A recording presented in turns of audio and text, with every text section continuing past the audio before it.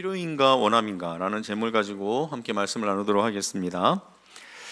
간혹 우리가 이제 TV에 등장하는 출연하는 연예인들 가운데 저 사람은 정말 죽을 때까지 예수 믿기는 참 틀렸겠다 하는 그런 사람들이 있죠. 그런 분들이 있는데 시간이 이제 흘러서 이분들이 주변에 있는 사람들의 전도를 통해서 예수를 믿게 된 다음에 이 방송 매체들을 통해서 자신이 어떻게 예수를 믿게 되었는지 이런 것들을 이제 이야기할 때 그것을 이제 들으면서 참 하나님은 다양한 방법을 통해서도 당신의 자녀들을 구원하시는구나 하는 이런 생각을 하면서 이제 마음이 이렇게 뭉클해지는 그런 때가 있습니다. 자, 그런데 이런 연예인들이 예수를 믿게 된 사연 못지않게 마음의 감동을 자아내는 그러한 경우가 무속인이었는데 그러한 사람들이 예수를 믿게 된 경우예요. 심선미 집사라는 분이 있는데 이분은 자기 스스로를 가리켜 모태무당이라고 할 정도로 무속의 힘이 굉장히 강한 그러한 집안에서 태어났습니다. 그러니까 이분 보니까 작은 할머니도 무당, 고모도 무당, 엄마도 무당, 언니도 무당, 심지어 남동생도 무당. 그러니까 얼마나 이 무속의 기운이 셉니까? 자, 이러한 집안에서 26년간 무속인으로서 그렇게 살다가 어느 날 이분이 늘 기도하던 그 이제 산에 올라가서 이제 바위에 이렇게 앉아서 기도를 하는데 늘 자기 눈에 가시와도 같이 여겼던 그 십자가가 자기 눈앞에 이렇게 딱 나타난 거예요. 거대한 십자가가. 근데 이 사람은 영적인 그런 안목이 있었던 사람이기 때문에 자기가 과거에 막 그렇게 막 부정하게 막 바라보던 그런 십자가와 이게 다르다라는 것을 깨닫고 그 십자가 앞에 엎드려가지고 살려달라고, 용서해달라고 막 이렇게 막 이야기하기 시작한 거예요. 그러면서 이 심선비 집사 이 안에 있던 이 귀신이 이렇게 떠나가면서 굉장히 평온함을 이분이 맛보게 됩니다. 그러다가 이제 앉아 있다가 이분이 이제 번뜩 생각난 게 내가 이렇게 앉아 있을 게 아니라 내가 뭔가 해야 되겠다라는 그런 생각이 들은 거예요. 그래서 이분이 바위에서 내려와 가지고 신당으로 딱 들어가서, 여러분 저도 이게 잘 모르는데 이 무당들 이 무속 세계에서 이 신주단지는 뭐 생명과도 같은 그런 물건이래요. 그런데 이 신주단지를 딱 꺼내 가지고 밖으로 나와서 그 바위에다가 냅다 이렇게 깨뜨려 버린 거예요. 그러면서 이제 이분에게 이제 예수님을 만나는 이제 그런 여정이 이제 시작된 겁니다. 이제 한 6년여의 시간이 지금 흘렀는데 지금도 이제 이분이 신앙생활을 잘 하고 있어요. 오늘 우리가 읽은 본문에 이 심선미 집사와 같은 그런 상황에 놓여 있다가 복음을 듣게 된 한 남자가 등장을 해요. 우리 9절 말씀을 같이 한번 읽어보도록 하겠습니다. 그 성에 시몬이라 하는 사람이 전부터 있어 마술을 행하여 사마리아 백성을 놀라게 하며 자칭 큰 자라 하니. 여기 보니까 시몬이라는 사람이 등장하는데 이 사람이 어떤 사람입니까? 여기 보니까 마술을 행하는 특별한 능력이 있는 사람이었어요. 여러분, 요즘에 우리가 뭐 마술을 한다고 하면 뭐 카드를 가지고 이렇게 뭐 맞춰보고 누군가 뽑았는데 그냥 무작위로 뽑았는데 뭐 그걸 알아맞추고 뭐 이런 카드 마술 같은 거 많이 하죠. 근데 뭐 이 당시 그런 게 있었겠습니까? 아마 제 생각에는 어떤 주술적인 그러한 걸 통해서 어떤 사람의 뭐 병을 낫게 한다던가 뭐 신기한 것들을 이렇게 보게 한다든가 뭐 이런 지금 우리로 치자면 뭐 무당이 하는 이제 그런 일들을 아마 이 시몬이 했던 것 같아요. 자, 시몬은 자신에게 있는 이런 능력을 가지고 사마리아에 있는 사람들을 놀라게 하면서 자신이 얼마나 위대한 사람인지, 얼마나 대단한 사람인지를 과시했던 거죠. 자, 시몬이 원하는 대로 그의 마술과, 아마 이 사람은 말솜씨도 아마 굉장했을 것 같아요. 그것을 가지고 굉장히 위력적인 그런 사람으로 이 사마리아 지역에서 이렇게 정평이 나게 됩니다. 지위고하를 막론하고 이 시몬을 따르며 그의 능력을 마치 하늘이 내린 능력인 것처럼 사람들이 그렇게 생각했다는 것이죠. 자, 그런데 이 마술사 시몬, 이 시몬의 텃밭이라고 할 수 있는 이곳 사마리아에 전도자 빌립이 나타납니다. 자, 빌립은 이곳 사마리아 성에서 하나님 나라와 예수 그리스도에 대한 복음을 이제 전파하기 시작을 했습니다. 자, 그런데 빌립이 전하는 이 복음을 사람들이 듣고 믿은 거예요. 자, 그런데 참 놀라운 것은 마술사 이 시몬의 입장에서 봤을 때 이 전도자 빌립은 경쟁 관계 아닙니까? 자신과 비슷한 그런 능력을 행하는 관계이기 때문에 이 빌립을 경쟁 상대로 여기면서 경계할 법도 한데, 이 시몬은 그렇게 하지 않았어요. 자신도 이 빌립이 전하는 복음을 받아들이고 세례를 받았습니다. 그리고 세례를 받은 후에도 계속해서 빌립을 따라다니면서 빌립이 보여주는 표적 그리고 능력을 보면서 놀랍니다. 자, 여기까지만 보면 앞에서 소개한 무속인이었던 심선미 집사처럼 이 전도자, 이 마술사 시몬도 예수를 잘 믿는 그러한 신앙인인 것처럼 그렇게 보여요. 자, 그런데 이곳 사마리아에 베드로와 요한이 방문하면서 묘한 상황이 벌어집니다. 자, 사마리아 사람들도 하나님의 말씀을 받았다. 이게 무슨 의미냐면 사마리아 사람들도 예수님을 믿게 되었다. 이제 이 소식을 예루살렘에 있는 사도들이 들은 거예요. 그리고 사도들이 이제 회의를 해서 베드로와 요한, 이 두 사도를 이 사마리아에 보낸 것입니다. 자, 그렇다면 예루살렘 교회는 무슨 목적을 가지고 베드로와 요한을 사마리아로 보냈을까요? 우리 15절 16절 말씀을 같이 한번 읽어보도록 하겠습니다. 그들이 내려가서 그들을 위하여 성령 받기를 기도하니 이는 아직 한 사람에게도 성령 내리신 일이 없고 오직 주 예수의 이름으로 세례만 받을 뿐이더라. 오늘 이 부분이 굉장히 해석하기 어려운 그런 말씀입니다. 자, 베드로와 요한이 사마리아로 간 이유가 뭐라고요? 사마리아 사람들이 성령을 받도록 기도하기 위해서 베드로와 요한이 사마리아로 갔다라는 거예요. 자, 그러면서 아직 사마리아 사람들에게 성령 내리신 일이 없다라고 말씀하고 있습니다. 그저 사마리아 사람들은 예수 그리스도의 이름으로 세례만 받았다, 그렇게 말씀하고 있어요. 자, 앞에서 분명히 빌립이 예수 그리스도를 전했어요. 그리고 사마리아 사람들이 예수를 믿게 되었어요. 받아들였어요. 자, 그런데 왜 아직 사마리아 사람들에게 성령이 내리신 일이 없다라고 그렇게 말하는 걸까요? 여러분, 저나 여러분이 예수님이 나의 구원자이십니다. 예수님이 나의 주인이십니다. 예수님은 하나님이십니다. 자, 이렇게 고백하는 것이 우리의 의지나 우리의 생각만으로 그게 되는 일입니까? 그렇지 않아요.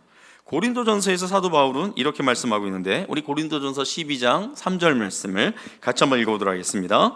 그러므로 내가 너희에게 알리노니 하나님의 영으로 말하는 자는 누구든지 예수를 저주할 자라 하지 아니하고 또 성령으로 아니하고는 누구든지 예수를 주시라 할 수 없느니라. 또 성령으로 아니하고는 누구든지 예수를 주시라 할 수 없느니라. 한 번 더요. 또 성령으로 아니하고는 누구든지 예수를 주시라 할 수 없느니라. 예, 그러니까 우리가 예수를 믿겠다고 하는 것은 내가 나의 생각과 나의 의지만을 가지고 그렇게 한 것이 아니라는 거예요. 우리 안에서 성령이 일하셔야만 예수를 나의 구원자, 나의 주인, 나의 하나님이라고 고백할 수 있다라는 것입니다. 속으로 믿지 않는데 겉으로 그래, 저 예수 믿을게요, 자, 이렇게 말한다거나, 아니면 뭐 친구가 막 전도하니까 그 친구 얼굴을 좀 세워주는 차원에서 알았어 나 예수 믿을게, 이런 식의 고백을 의미하는 것이 아닙니다. 이것을 제가 말씀드리는 것이 아닙니다. 예수님에 관한 복음을 들었을 때 내가 죄인이라는 것이 깨달아져요. 그런 나를 살리실 분이 오직 예수밖에 없다라는 그런 생각이 막 드는 거예요. 자, 그런데 이러한 생각은 우리의 본성으로는 할 수 없는 생각이라는 것이죠. 성령이 우리 안에 찾아오셔서 우리의 마음을 움직이셔야만이 이러한 일이 가능하게 된다라는 거예요. 여러분, 아무리 제가 눈을 부릅뜨고 제 손에 있는 세균을 막 이렇게 보려고 애를 써봤자 이 손바닥 안에 있는 세균을 볼 수 있겠습니까? 없어요. 그런데 제 앞에 현미경을 딱 갖다 놓으면 그 현미경을 통해서 제 손바닥에 있는 이 세균들을 아주 시원스럽게 그렇게 볼 수 있는 것이죠.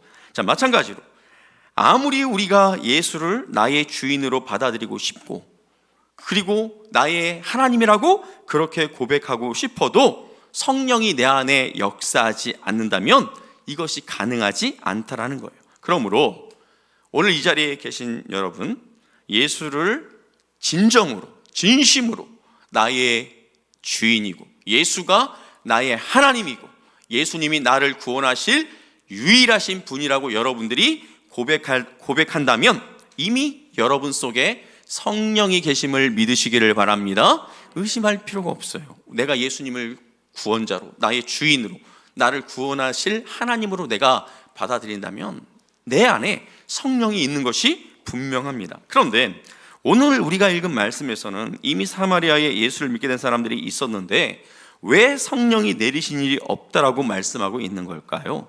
정말 해석하기 어렵습니다. 자, 그렇지만 이 순간에 우리는 처음 예루살렘 교회에 성령이 임할 때 그 모습을 한번 머릿속에 떠올리시면 도움이 될 것 같아요. 자, 예루살렘 교회에 성령이 어떤 방식으로 임했습니까? 사도행전 2장에 보면 강하고 급한 바람이 불 때 나는 그런 소리. 그때 막 강하고 급한 바람이 불었다가 아니에요. 강하고 바람이 막 강하게 급하게 막 불 때 나는 그런 소리가 들렸다라는 거예요. 또 어떤 일이 있었습니까? 막 불의 혀와 같이 막 갈라지는 것이 막 사람 위에 막 이렇게 드리워져 있는 것이 보였다라는 거예요. 사람들이 볼 수 있었다라는 거죠. 그리고 사람들이 다른 나라 언어로 말하기를 막 시작했다라는 것입니다. 자, 이처럼 예루살렘에 성령이 임할 때 청각적인 또 시각적인 특별한 현상이 있었다라는 거예요. 성령이 임하는 것을 그 당사자가 아니라 할지라도 주변에 있는 사람들이 다 눈치챌 정도로 이 성령의 임하심이 굉장히 강하게 그리고 요란하게 이루어졌다라는 것입니다. 자, 그런데 이곳 사마리아에서도 베드로와 요한 이 두 사도가 손을 얹고 기도하자 성령을 받게 되는데 이것을 지켜보던 마술사 시몬조차도 성령이 임하고 있네? 라고 이렇게 알 수 있는 그런 상황으로 성령이 임했다라는 거예요. 우리 18절 말씀을 같이 한번 읽어보도록 하겠습니다. 시몬이 사도들의 안수로 성령 받는 것을 보고 돈을 들여. 시몬이 무엇을 받습니까? 사도들이 어떤 사람에게 안수하니까 성령 받는 모습이 지금 시몬의 눈에 보인 거예요. 그가 그 자리에서 본 것이 정확하게 어떤 것인지는 우리가 알 수 없지만 무엇인가 특별한 현상이 있었던 것 같습니다. 어떤 소리가 났을 수도 있고요. 아니면 안수를 받던 그 사람이 막 방언을 말할 수도 있고요. 아니면 그 사람의 몸이 막 심하게 떨렸을 수도 있습니다. 어떤 현상인지 우리는 정확하게 알 수는 없지만 아무튼 지켜보고 있던 이 시몬의 눈에 성령이 임하는 특별한 모습, 특이한 모습이 포착되었다라는 거예요. 자, 그러니까 예루살렘에 있던 초대교회 성도들에게 성령이 임할 때 청각적, 시각적인 현상이 있으므로 성령이 임한다라는 것을 주변에 있는 사람들이 다 알게 된 것처럼 자, 사마리아 땅에도 이처럼 성령이 임했다라는 것을 그것이 시각적인 요소가 되었든 아니면 청각적인 요소가 되었든 사람들이 보고 알아차릴 수 있게끔 그렇게 성령이 임하는 그러한 일이 있었다라는 것이죠. 자, 그럼 왜 이와 같이 이 베드로와 요한이 이렇게 안수기도함으로 말미암아 이렇게 성령이 임하는 것을 사람이 볼 수 있게끔 그 사람의 그 모습을 통해서 성령이 임하는 것이 확실히 보여지게끔 그렇게 했을까요? 제가 이것은 추측한 거예요. 성경에 그렇게 나와 있다라고 말씀드리는 게 아니라 제 추측으로는 이렇습니다. 자, 이제 이곳 사마리아 땅은 저주받은 땅이 아니야. 이곳 사마리아 땅은 더 이상 부정한 땅이 아니야. 성령이 임하신 땅이라는 거예요. 하나님의 통치, 예수 그리스도의 통치가 이곳 사마리아 땅에도 임했다라는 것을 이렇게 확실하게 드러내 보이는 그런 과정 속에서 성령의 특별한 그런 임재가 이 사마리아 지역에 있었다라는 것이죠. 자, 그러므로 전도자 빌립이 전하는 복음을 듣고 예수를 믿게 된 이 사람들에게 성령이 임하지 않았다라고 말하기 어렵습니다. 자, 그렇게 말하기보다는 이처럼 눈에 확 들어올 만한 성령 충만한 역사가 아직 사마리아 이 땅에 없었는데 베드로와 요한이 이곳에 와서 누군가에게 이렇게 안수 기도를 하는 과정에서 성령이 확실하게 그 많은 사람들이 보고 알아볼 수 있게끔 그렇게 확실하게 대대적으로 성령이 임하는 것을 보게 되었다는 거예요.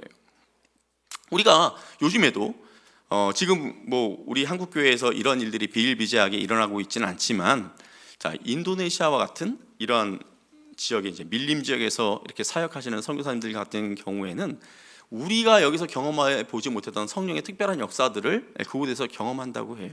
그러니까 그들에게 이런 뭐 눈에 보이는 확실하게 보여지는 그런 것이 있지 않으면 그런 밀림 지역에 살고 있는 그런 원주민들이 예수께로 돌아오기가 쉽지 않으니까 그러한 것들을 통해서 그 지역에 하나님께서 구원의 은혜를 베푸신다라는 것이죠. 어쩌면 사마리아 지역에도 이와 같은 맥락에서 이런 성령의 역사가 일어나지 않았겠나 하는 그런 생각을 하게 됩니다. 자, 빌립의 전도로 사마리아에 살고 있던 많은 사람들이 예수님을 믿게 되었어요. 또 예루살렘에서 파견 나온 베드로와 요한을 통해 성령이 대대적으로 임하는 놀라운 일을 경험하면서 이 사마리아 땅은 굉장히 좋은 분위기로 이렇게 가고 있었어요. 자, 그런데 갑자기 분위기가 이상해지기 시작합니다. 자, 베드로와 요한이 기도할 때 성령이 임하는 것을 본 시몬이 자기도 그 능력을 갖고 싶었는지 어떻게 합니까? 베드로와 요한에게 돈을 건네면서 이렇게 이야기해요. 우리 19절 말씀 같이 한번 읽어보도록 하겠습니다. 이르되 이 권능을 내게도 주어 누구든지 내가 안수하는 사람은 성령을 받게 하여 주소서 하니. 예. 돈을 이렇게 드릴 테니까 당신들이 갖고 있는 그 능력이 내게도 있게 하여 주옵소서. 그래서 내가 누군가에게 이렇게 당신들처럼 그들을 위해서 기도하면 그들도 성령을 받도록 그런 능력이 저에게도 좀 있게 해 주십시오. 이렇게 하면서 그 빌립이 베드로와 요한에게 돈을 건넨 거예요. 자, 그렇다면 마술사 시몬이 왜 이런 능력을 받고 싶어 했을까요? 정말 그 사마리아 지역에 있는 수많은 영혼들, 그 영혼들을 생각해서 그 영혼들도 빨리 성령을 만나기를 간절히 바라는 그런 마음에서 자신도 그런 능력을 갖기를 원했던 걸까요? 그게 아니었어요. 베드로는 이 마술사 시몬의 더러운 속내를 꿰뚫어 보았어요. 자, 20절 말씀을 같이 한번 읽어보도록 하겠습니다. 베드로가 이르되 내가 하나님의 선물을 돈 주고 살 줄로 생각하였으니 내 음과 내가 함께 망할지어다. 베드로가 이 시몬을 강하게 질책합니다. 아니, 네가 하나님의 선물을 돈으로 살 줄 그렇게 생각하고 있었어? 너는 네가 가지고 있는 이 돈, 네 은과 함께 망할지어다. 뭐 능력을 받기는커녕 베드로로부터 저주만 잔뜩 그렇게 들은 거예요. 뒤에 나오는 말씀을 보면 베드로가 이 시몬을 향해서 뭐라고 이야기합니까? 하나님 앞에서 너의 마음이 바르지 못하니 이 도에는 네가 상관이 없다. 네가 받을 분깃이 없어. 그러니까 너는 이 능력과 아무런 관계가 없으니까 이 능력을 받을 생각은 꿈에도 하지 마. 이렇게 이야기한 거예요. 베드로가 시몬의 내면에 있는 악함, 그 악함이 있다는 것을 꿰뚫어보고 회개하라고 강하게 책망합니다. 자, 베드로가 시몬의 내면에 어떤 악함을 그가 보게 된 걸까요? 아마도 이 시몬은, 마술사 이 시몬은 베드로와 야고보가 하는 그 놀라운 일들을 보면서 나에게도 저 능력이 있으면 돈이 되겠다 딱 생각한 거예요. 본능적으로 그 능력이 자신에게 엄청난 돈을 몰아줄 것이라는 것을 직감한 겁니다. 자, 아까 앞에서 말씀드렸던 심선미 집사님, 이분이 이제 과거에 그 부산 지역에서 이제 무속인으로 활동할 때 돈을 엄청나게 벌었대요. 막 거의 뭐 귀신같이 벌었다는 거예요. 귀신같이. 뭐 굿 한 번 할 때 뭐 이렇게 이게 부적 한 번 써줄 때 막 몇백만 원, 몇천만 원 막 이렇게 끌어 모으듯이 그냥 귀신같이 벌었는데 예수를 딱 믿고 나니까 그 귀신같이 벌었던 돈이 그냥 귀신같이 그냥 사라진 그런 은혜를 경험했다라는 거죠.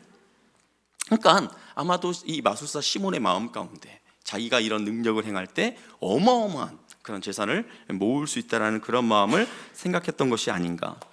우리가 영어 사전을 이렇게 쭉 살펴보다 보면 영어 사전 중에 영어에 나오는 그 단어 중에 시몬이라는 그런 단어가 있어요. 시몬이. 그 시몬이가 어떻게 만들어졌냐면 오늘 여기 성경에 나오는 시몬과 돈을 뜻하는 머니를 합해서 만든 거예요. 시몬 플러스 머니, 시몬이. 그러니까 이 시몬은 오늘 이 사도행전만 나온 게 아니라 영어 그 사전에도 그 단어가 자기 이름으로 나올 정도로 지금 자기가 원하는 대로 굉장히 유명해진 거죠. 나쁜 쪽으로. 아무튼 그런데 이 시몬이가 어떤 의미를 갖고 있냐? 중세시대 때 왜 성직을 돈으로 주고 사고 팔고 하지 않았습니까? 이런 걸 의미해요. 성직을 돈 주고 사고 파는 이런 악한 행위, 이걸 갖다가 시몬이라는 그런 표현을 써요. 그러니까 누군가가 이렇게 막 돈 주고 가서 성직을 딱 샀어요. 그럼 그 사람을 향해서 아이 저런 시몬 같으니 이렇게, 아이 저런 시몬 같으니 이렇게, 그러니까 아주 더러운 그런 이름으로 된 거죠. 자, 앞에서 시몬이 예수를 믿고 빌립을 따랐다고 했는데 그가 진심으로 예수를 믿었는지 의심이 되는 그런 부분입니다. 베드로가 마술사 시몬을 향해 너의 이 악함을 회개하고 주께 기도하라, 자, 이렇게 이야기했는데 시몬이 베드로의 이 명령 앞에 어떻게 반응하는지 우리 24절 말씀을 같이 한번 읽어보도록 하겠습니다. 시몬이 대답하여 이르되 나를 위하여 주께 기도하여 말한 것이 하나도 내게 임하지 않게 하소서 하니라. 예. 지금 베드로가 이 시몬에게 네가 가서 회개하면서 기도해 그랬는데 시몬이 자기가 기도하지 않고 베드로에게 오히려 기도해달라고 부탁을 합니다. 자, 그리고 자신의 죄를 회개하라고 했는데 지금 시몬이 베드로에게 뭐라고 이야기하는 거예요? 당신이 지금 나에게 저주한 그 저주가 내가 임하지 않았으면 좋겠습니다, 그렇게 이야기하는 거예요. 그러니까 이건 회개가 아니죠. 자신의 잘못을 깨닫고 하나님, 예수님, 내가 잘못했습니다. 내가 당신을 이용하려고 했습니다. 저의 죄를 용서해 주십시오. 이게 회개지. 지금 시몬은 어떻게 하는 거예요? 당장 자기에게 임할 그 형벌만 피하고 싶은 거예요. 이것은 진정한 회개가 아닙니다. 이후에 이 시몬이 어떻게 되었는지에 대해서 성경은 더 이상 말씀하고 있지 않습니다. 자, 오늘 우리가 함께 나눈 이 말씀에 등장하는 이 시몬의 모습, 이 마술사 시몬의 모습이 엉뚱해 보일지 모르겠지만 어쩌면 이 마술사 시몬이 지금 이 시대를 살아가고 있는 우리의 모습을 이렇게 대변해 주고 있는 것 같아요. 우리 역시 예수님을 믿는다고 하면서 엉뚱한 것을 바라고 기대하고 있지는 않습니까? 사랑하는 성도 여러분, 우리에게 필요한 것이 무엇일까요? 하나님께서 우리를 보실 때 야, 저 상훈에게는 이게 필요하겠다 이렇게 여기시고 채워주시고자 하는 것이 과연 무엇일까요?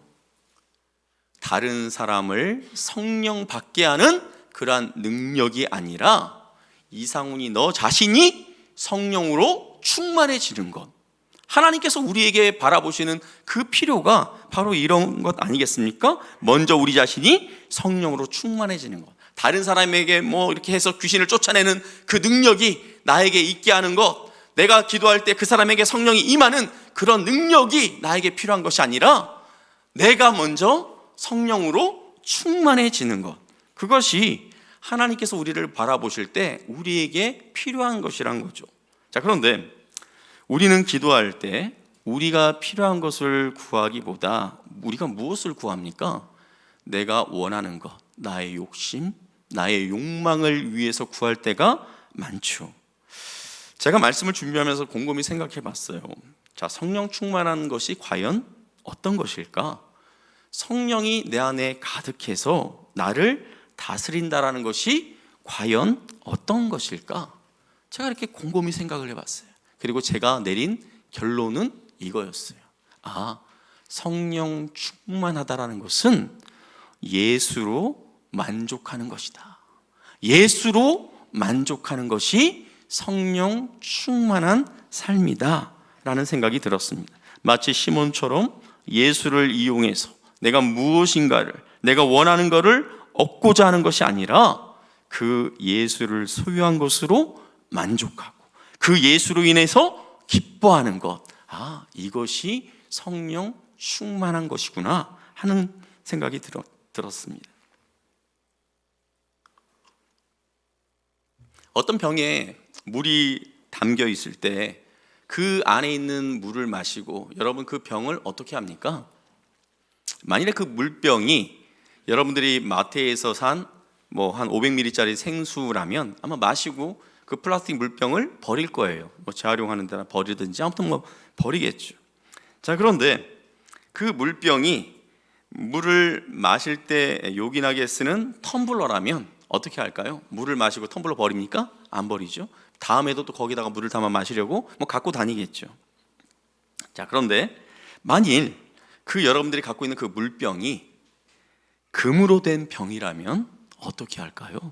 아마 더 이상 그때는 관심이 그 병 안에 있는 물이 아니라 그 병 자체에 관심이 가겠죠. 아마 물을 버리고 누군가가 내가 이 금으로 된 이 병을 갖고 있다는 것을 알까봐 조심스럽게 그 병을 싸서 가방에 넣고 다닌다든지, 아니면 아예 집안 아주 깊숙한 곳에 그것을 잘 보관하고 그렇게 다니지 않겠습니까?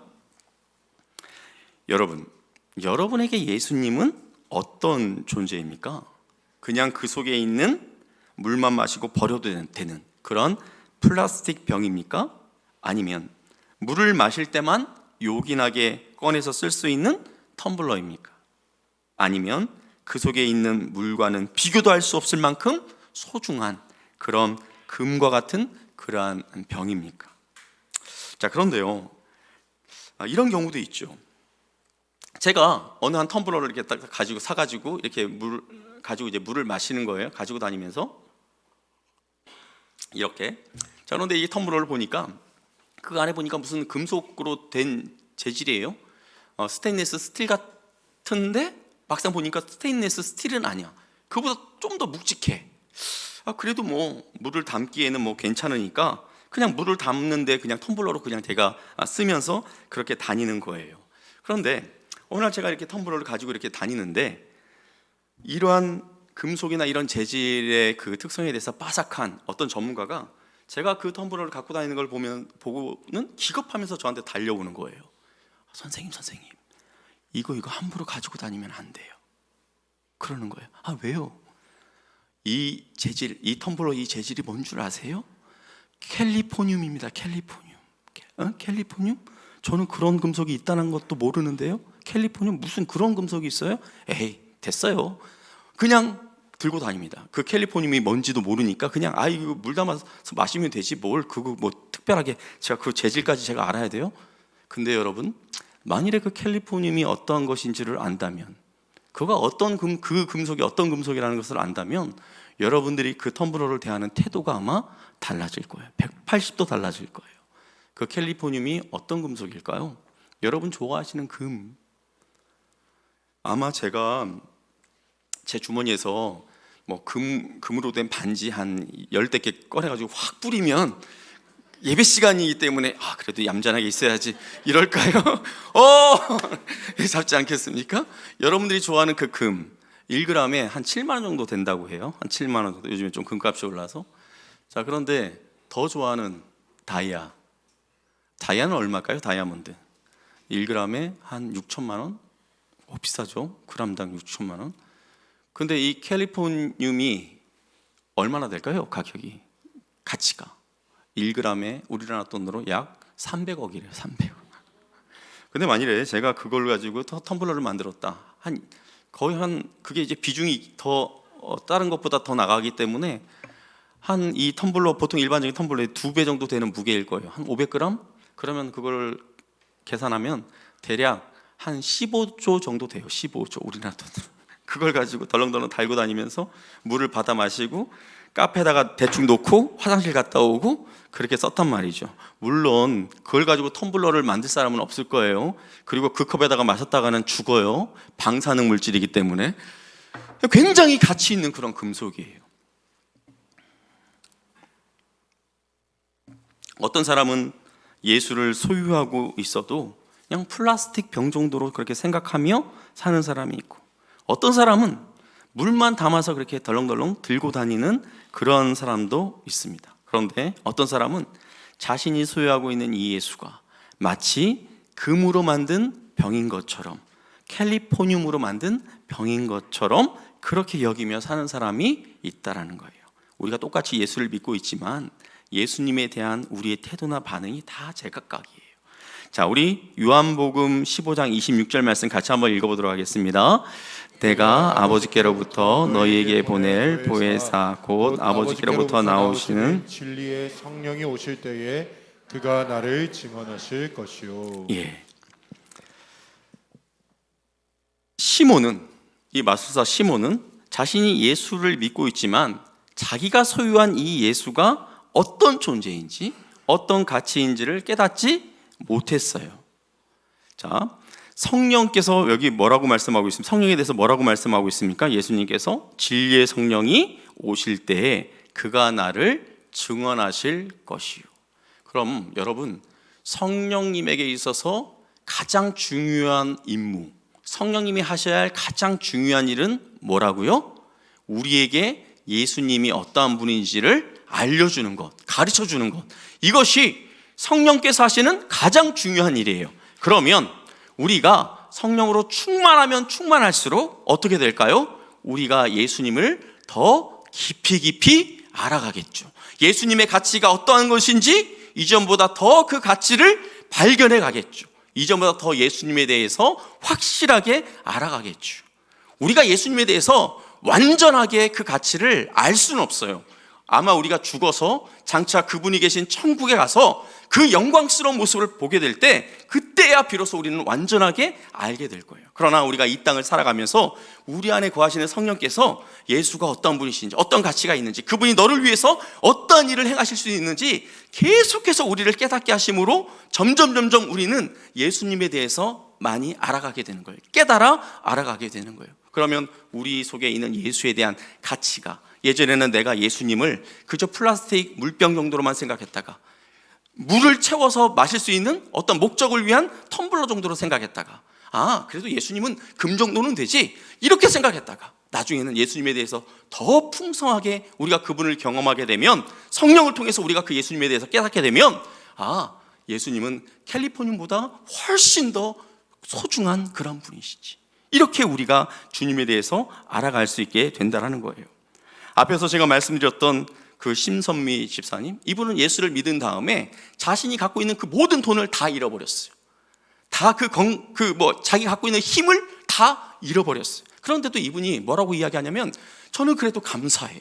내 안에 예수님을 통해서 내가 하나님의 자녀가 되었다는 것이 너무나 감사해요. 무엇을 의미합니까? 이 심선미 집사님 안에 있는 성령이 그가 만난 예수가 얼마나 큰 가치가 있는지를 깨닫게 하신 거죠. 알려주신 것이죠. 그러니까 그 심선미 집사님 안에 있는 그 예수는 자기가 이전에 모았던 그 많은 돈보다, 이전에 자기가 갖고 있었던 그 어떤 힘보다도 더 귀하다라고 그가 생각하기 때문에 그것으로 인해서 자기가 예수 믿은 것을, 신주단지를 깨부신 것을 후회하지 않는다라는 것입니다. 이처럼 내가 소유하고 있는 예수의 가치가 어느 정도인지를 제대로 알려주시는 이가 바로 이 성령님이세요. 우리가 성령 충만하면 예수 그리스도께서 어떠한 분이신지, 얼마나 귀하신 분이신지 우리 뼛속까지 그렇게 느낄 수 있도록 해주신다라는 거예요. 사랑하는 성도 여러분, 여러분이 성령 충만하여서 예수님 한 분만으로 만족하며 산다라는 것, 혹시 예수님만으로 이렇게 산다라는 것이 가난하고 불쌍하고 보잘것없는 그런 인생인 것처럼 그렇게 보입니까? 우리가 소유하고 있는 예수가 어떤 정도의 가치인지를 우리가 모를 때는 그럴 수 있어요. 그런데 우리가 그 예수가 어떤 존재인지, 어느 정도의 가치가 있는 분이신지를 우리가 제대로 안다면, 내가 가지고 있는 그 예수 그리스도, 그분이 얼마나 가치 있는 존재인지를 내가 안다면, 여러분, 내가 아까 그 텀블러를 갖고 있는데 누군가가 무슨 벅스 있잖아요. 무슨 벅스? 그거 한정판 그거를 갖고 와가지고 나 이거 한정판 굉장히 어렵게 구했어. 그것을 자랑할 때 그것을 우리가 부러워할 필요가 있을까요? 어떤 사람이 꽤 비싼 차를 딱 가지고 왔을 때, 요즘에는 승차감보다는 하차감이라면서요. 근데 그것을 보면서 내가 그렇게 부러워할 이유가 있을까요? 여러분, 성령 충만함으로 말미암아 내가 소유한 그 예수 그리스도가 나에게 있어서 어떤 존재인지, 그분이 얼마나 가치 있는 분이신지를 매일매일 더 깊이 있게 알아가시는 저와 여러분이 될 수 있기를 주님의 이름으로 축복합니다. 그러한 인생은 우울할 수가 없어요. 그러한 인생은 누군가를 부러워할 이유가 없어요. 예수님 한 분만으로 나는 만족합니다. 아마 이 고백이 내면 깊은 곳에서부터 매일매일 터져나오는 그러한 고백이 될 줄 믿습니다. 제가 오늘 이 말씀을 묵상하면서 그런 생각이 드는 거예요. 초대교회 그 많은 성도들, 그 많은 순교자들, 스데반 집사님을 비롯한 여러 순교자들, 그리고 이 땅 대한민국 이 땅 가운데도 수많은 순교자들이 있었죠. 자, 그 순교자들이 어떻게 그 순교의 길을 걸어갔을까? 자기들이 소유하고 있는 그 예수 그리스도가 어떠한 존재인지, 얼마나 귀한 가치인지를 이들이 알았기 때문에 그 귀하신 예수를 빼앗기지 않으려고 그들이 자신들을 협박할 때 자기 목숨을 대신 내놓았구나 하는 그런 생각이 들었어요. 사랑하는 성도 여러분, 우리의 욕심이나 욕망이 아니라 우리에게 정말로 필요한 성령의 충만하심, 매일매일 성령으로 충만해지는 그러한 은혜가 저와 여러분에게 있기를 예수님의 이름으로 축복합니다. 아멘.